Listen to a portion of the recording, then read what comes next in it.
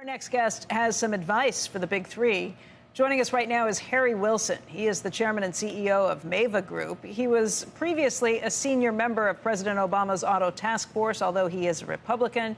Harry, I want to welcome you back to the show. I've been using what you talked about last week with us kind of as the touch point for everything we've been looking at, because you laid out pretty clearly the wrongs on each side, what they've done wrong, where you think there is some common ground. Let's talk about where we are a week later.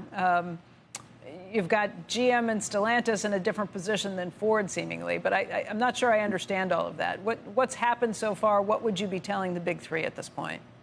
Sure. So far, Ford has made more concessions than GM and Stellantis, and unfortunately, I think in some areas in the wrong direction.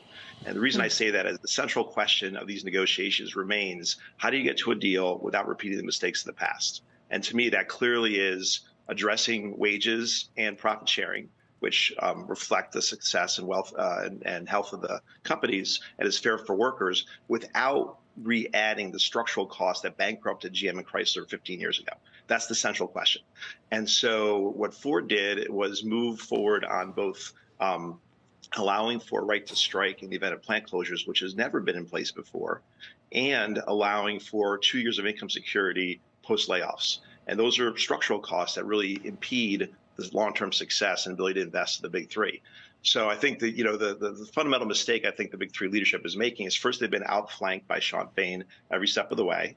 But then secondly, they've never articulated a strategy or a set of principles around which they're bargaining.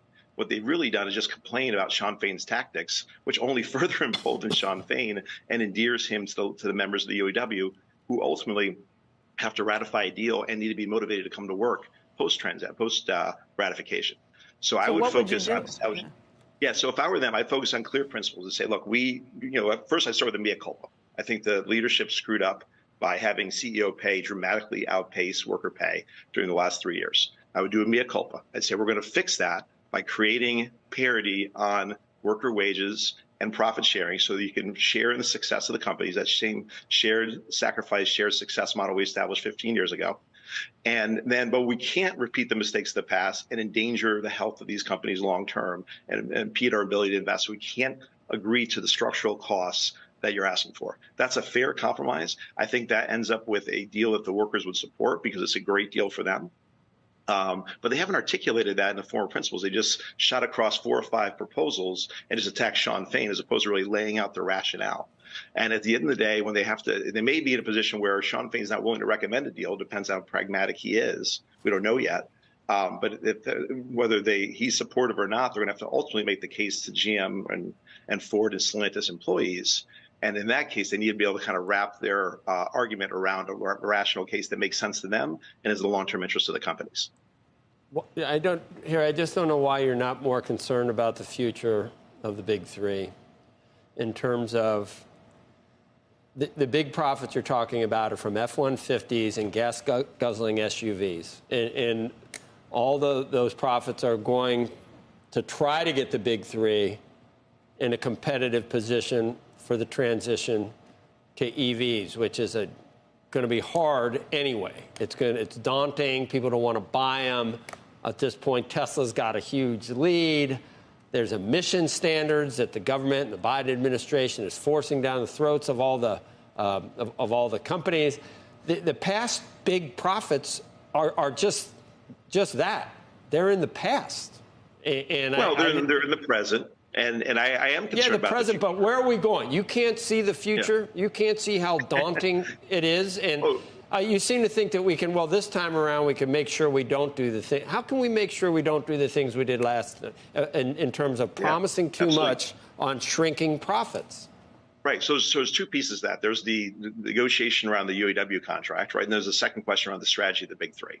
I am concerned about the long-term implications, both of where we are as well as this deal, depending how it comes together, and the transition to EVs.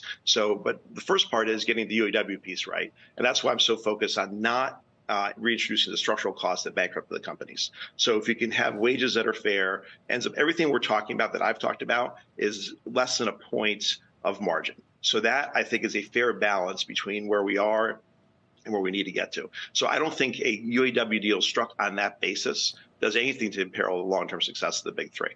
However, but that's I do not think what the Ford has force. already said. Well, no, that's what Farley has said, to be clear. What Farley has said is if you take all the asks of the UAW, that would imperil the future. And I agree with that, which is why, but he's never made the distinction publicly about what the pieces look like and what's fair and what's not fair. And that's the main point I'm making. But outside of the UAW, you still have this issue around the transition to EV. I think the emission standards from the Biden administration are totally unattainable, and I think should be amended. I think that the big three obviously have not proven an ability to kind of develop successful EV products yet. I think they're making lots of great strides, but they still have a long ways to go. And I think that is a concern. But that doesn't change the fundamental kind of tenor of the near-term need to get to a labor deal that's fair on both sides. The need being one thing, the reality being another. What's actually going to happen? You've got President Biden now flying to Michigan tomorrow to basically walk on the picket line with the workers. What does that do to tell the workers, yeah, okay, we need to settle for less than we're asking for? Yeah, well, I think it's a shame that President Biden is doing that, not because of where his political tendencies lie, but just because we shouldn't see these things politicized. Like I look forward to getting back to the day someday when not every aspect of American life, whether it's sports or business, gets politicized by third-string politicians who can't do their day jobs. And so I think we should focus on this as a business deal, not as a political fight. And that's going to make it a lot more likely to be able to get to a reasonable resolution. But unfortunately, the politicians on both sides will politicize it.